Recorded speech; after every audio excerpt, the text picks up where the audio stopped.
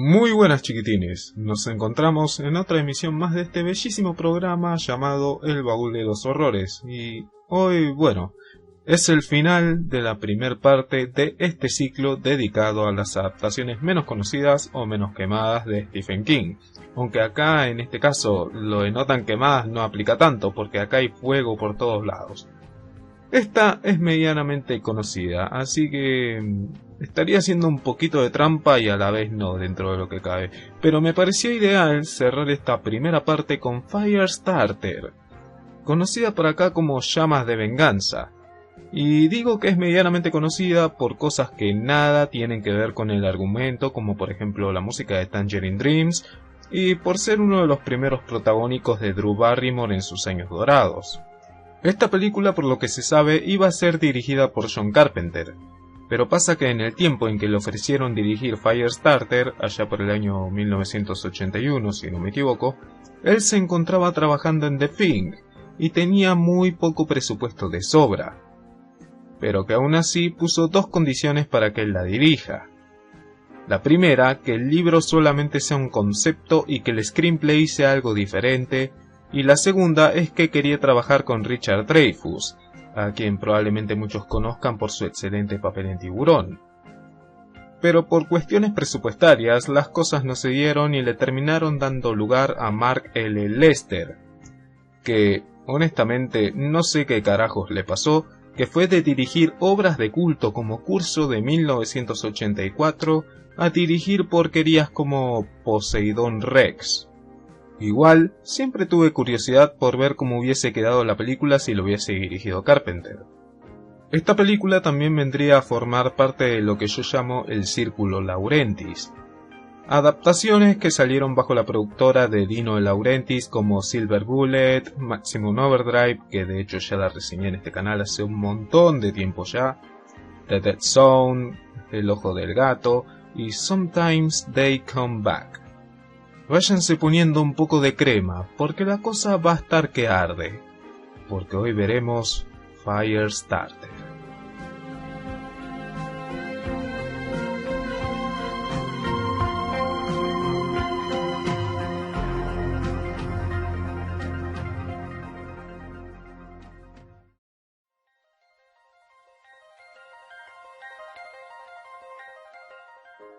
Andy McGee y Victoria Tomlinson son dos compañeros de la facultad que se conocen tras someterse, junto a otros, a un experimento médico mediante la inyección de un componente alucinógeno conocido como Lote 6.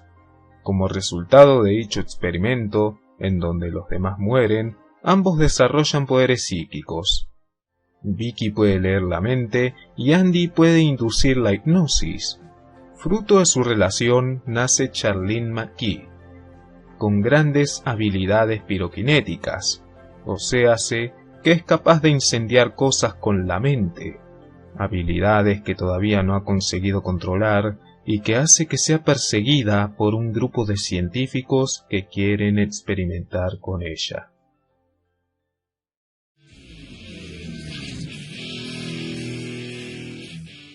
Antes de comenzar a desentrañar la película del todo, tiro una pregunta. ¿Alguno de ustedes se acuerda de la película Logan, una de las mejores películas de Marvel y punto, en donde Logan, o Lobezno, escapa junto con su hija Laura de una agencia llamada Transigen que busca experimentar con ella? Bueno, si es así, puede que la presente Firestarter les suene familiar, y es que, dejando de lado el cómic Old Logan, aquella película del 2017 se nota que bebe más de la estructura del libro y la película del año 1984, por lo cual yo la veo como una adaptación involuntaria y con más presupuesto.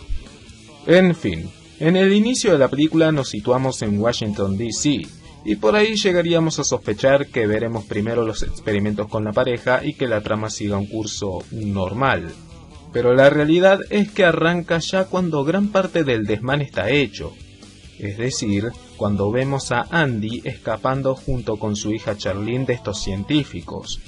Y para tratar de hacerlo, convence a un taxista para que lo lleve al aeropuerto de una manera totalmente infalible. dándole un billete de menor denominación y que con sus poderes mentales cambie a uno de mayor denominación.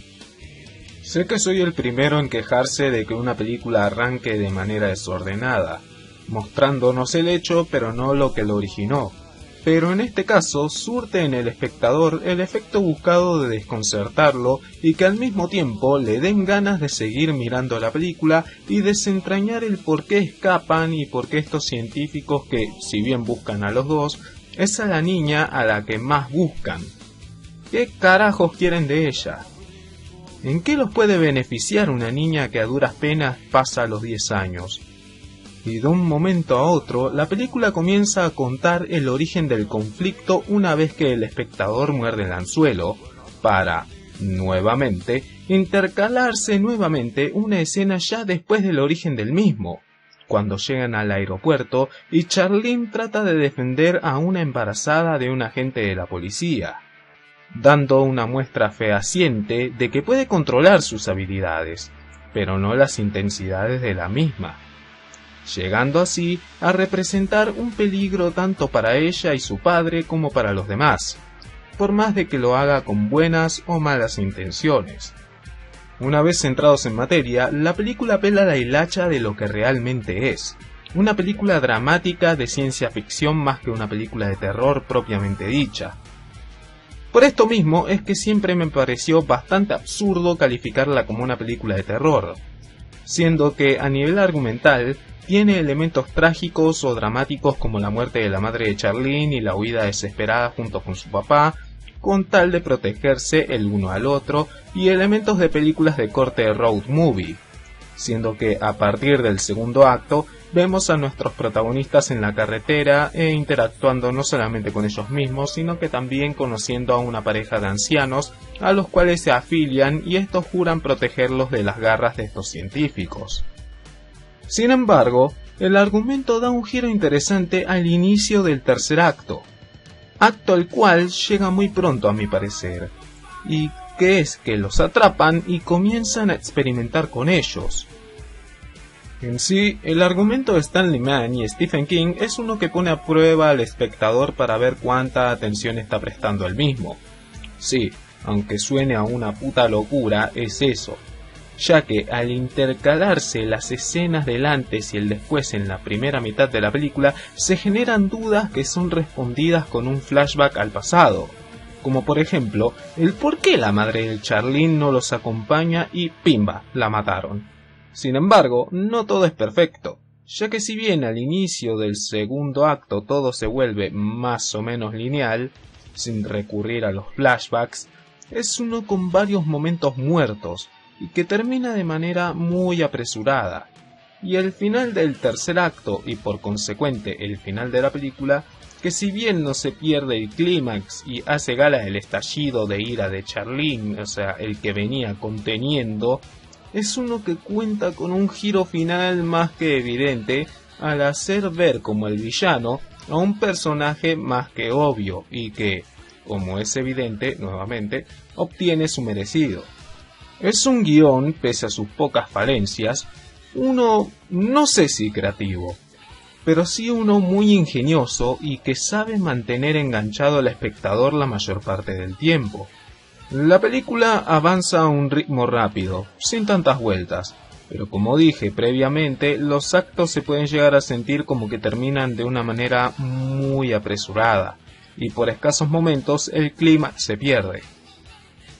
Es medio un poco obvio, ¿no?, que diga que quien logra lucirse en su papel es Drew Barrymore, y de hecho, yo suelo pensar que a esta edad ha obtenido no solo sus mejores roles, quizás, sino unos que le calzaban justo con su edad, y que sabía interpretar tan bien a sus personajes que uno no podía discernir si estaba actuando o si era una mera improvisación. Y eso, con el paso del tiempo, lo ha ido perdiendo. Pero bueno, volviendo al personaje que encarna, Charlene, siendo una representación más que fiel de la inocencia del personaje, uno que desea ser normal de hecho, no pide nada más que eso, y sin embargo, se ve sometida a una situación que no es capaz de detener, y situación la cual no es ni por asomo su culpa. En todo caso, es culpa de los padres. No obstante, es un personaje sencillo, sí, pero no por ello el peor de la película. Como bien dije, es uno de los mejores tanto por sus características como por la interpretación que le da Drew Barrymore. La verdad, se merece un aplauso.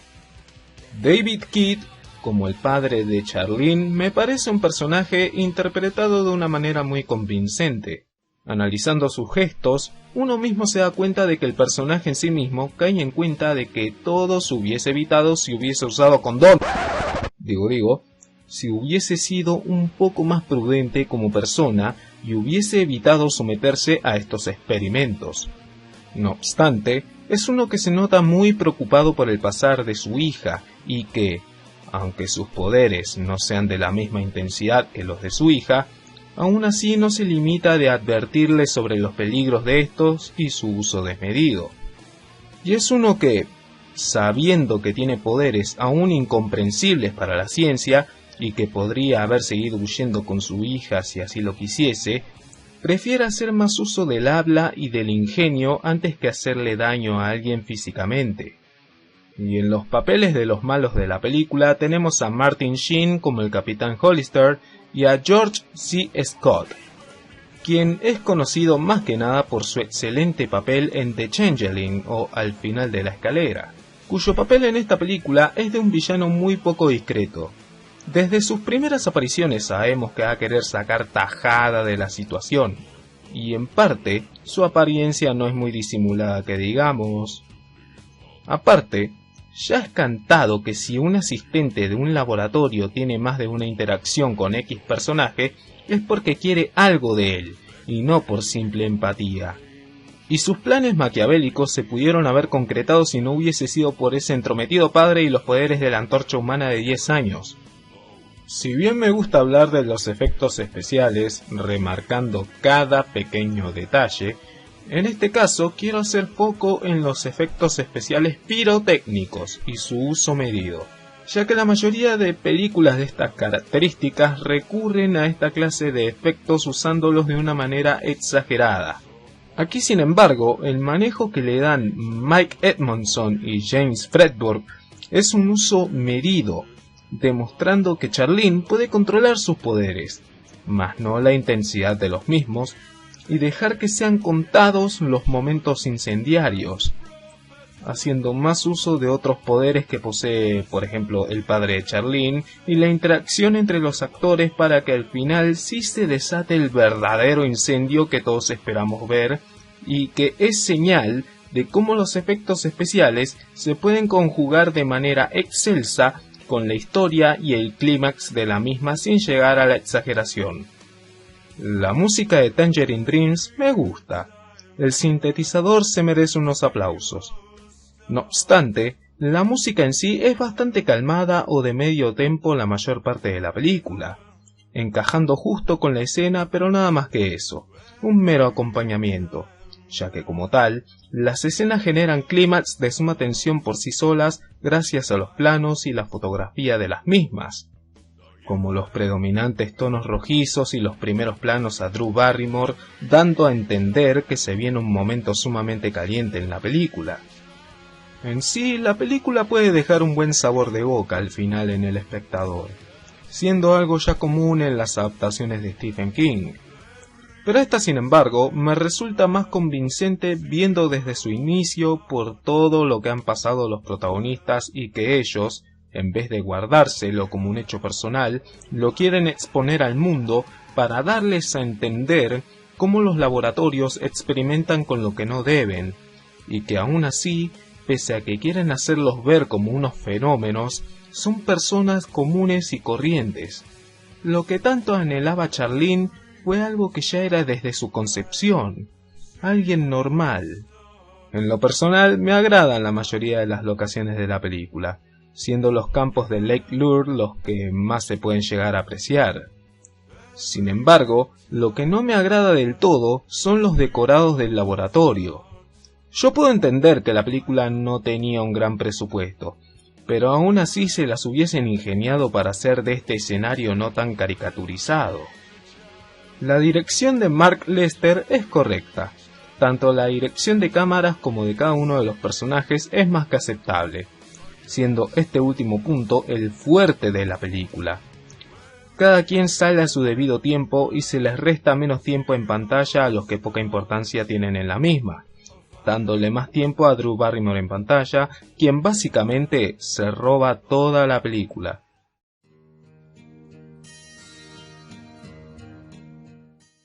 Yo no niego que me hubiese encantado ver una versión de este libro dirigida por John Carpenter.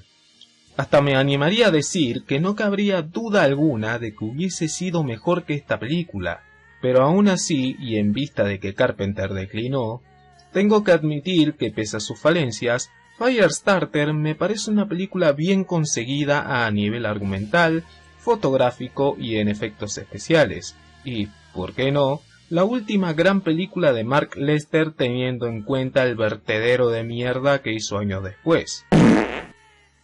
Sé que esta película tuvo una secuela allá por el año 2002 llamada simple y llanamente Firestarter 2 Rekindled, siendo la misma producida por el canal de cable Sci-Fi. Pero para serles honestos, nunca me tomé el tiempo de verla ni aun teniéndola en DVD. Probablemente la vea, más porque no, quizás la primera impresión que tenga de la misma la dé en este canal, quién sabe. Firestarter es una película por momentos violenta, por momentos dramática, pero para nada aburrida y o exagerada dentro de su universo. Como tal, se las apaña para hacer de una historia que suena muy disparatada a una bastante entrañable. Esto fue el ciclo de adaptaciones de Stephen King.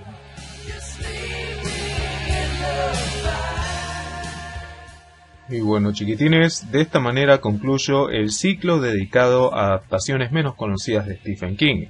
La primera parte, obviamente, porque habrá una segunda, y el que promete, cumple. Y medio que lo cerré haciendo un poquito de trampa, porque esta, a comparación de las otras, es más o menos conocida, pero hasta ahí. De todas formas, fue el ciclo con más atropellos que hice. Porque a ver, hagamos números. Me cortaron el internet en reiteradas ocasiones, no tenía mucho tiempo y por ende no podía ver las películas, y de hecho, el presente video de Firestarter lo grabé en 2 días.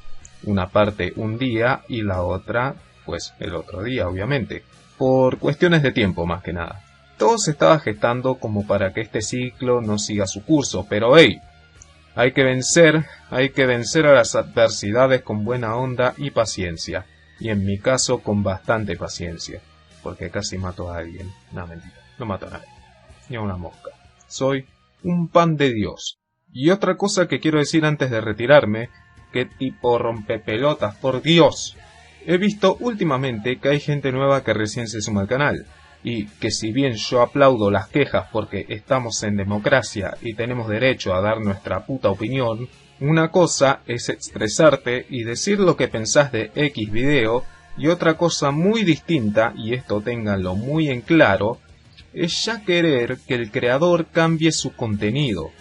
Y eso he leído últimamente, más que nada en mis reseñas a Carrie del año 2002 y de Pink Flamingos, que de hecho muchos piensan equivocadamente que yo odio Pink Flamingos, pero si prestan atención, nada que ver. A mí me encanta Pink Flamingos y de hecho en ese video lo admito, pero también recalco que me gustan más las secuelas que le sucedieron como Female Travels y... ¿cómo era esta otra? Desperate Living, ahí está, esa misma. Yo recalco que a mí me gusta Pink Flamingos, pero sus secuelas, o sus secuelas entre comillas, me parecen un poco mejor elaboradas. Cuestión, y haciendo hincapié en Carrie del año 2002 más que nada, que piensan que debo de respetarla por ser de clase B y que no tengo que ser tan punzante en mis opiniones, cuando obviamente acá el que maneja el circo soy yo, y por obvias razones voy a decir lo que me salga de la cabeza, por no decir otra cosa. Aparte, yo cuando hago una reseña doy tanto los puntos buenos como los malos. Y en películas así que sean más evidentes los malos que los buenos no es mi culpa. Y como punto final al tema, si les molestan las pocas puteadas que suelto, o si quieren oír opiniones menos punzantes, como bien dicen, pueden ir a ver otro entre los muchos canales que hay en esta plataforma. Porque este canal, desde su concepción, no es para un público susceptible. ¡Ay, listo! Fin del descargo. Bueno, ya saben qué hacer. Comenten qué piensan de la película, que yo, como siempre, los voy a leer. Esto ha sido todo por esta semana. Yo soy el Guardián y como dicen en mi barrio, nunca jueguen con fuego y nos vimos en Disney. Hasta la semana que viene, cuando el baúl de los horrores se abra nuevamente.